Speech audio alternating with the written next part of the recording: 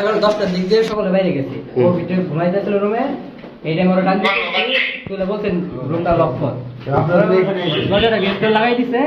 তারপর আমরা সকলে বাইরে গেছি। তারপর 11টার দিক দিয়ে তখন নক করছি, তখন খোলা নাই।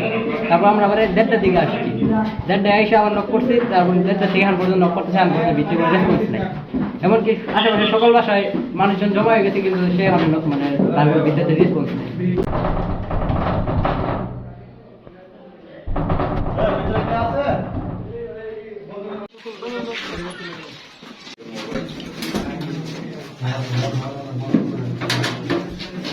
ভাই ভাই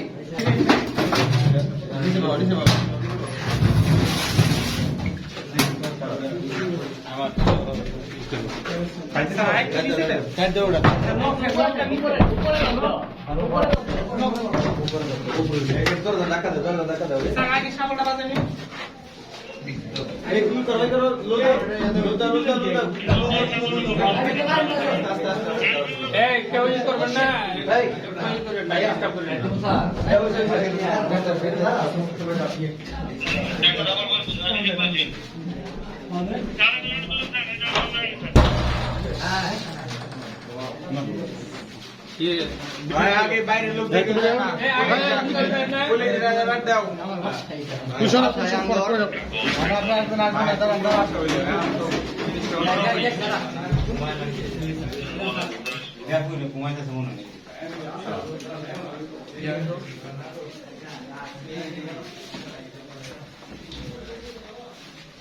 তুই ঘুমাইতে আছে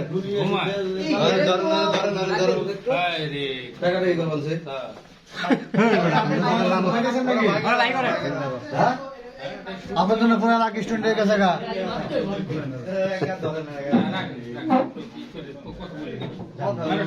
আচ্ছা আস্তে আস্তে ওঠো, ওঠো ওঠো, সে ঘুমাইতেছে তো, আস্তে আস্তে ওঠো, ওঠো ওঠো ওঠো, আস্তে আস্তে ওঠো, স্বাভাবিক হোক, ও স্বাভাবিক হোক, একটু স্বাভাবিক হোক, স্বাভাবিক হোক। বাবা উঠো। হ্যাঁ তুমি কি করো?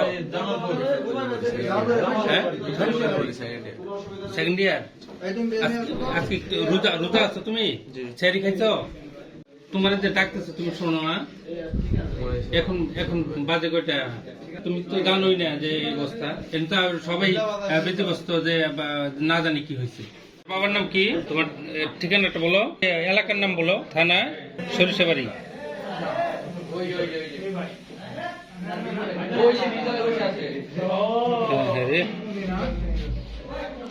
তোমার হাতে এগুলো কি বাবা? হ্যাঁ স্ক্যাবিস।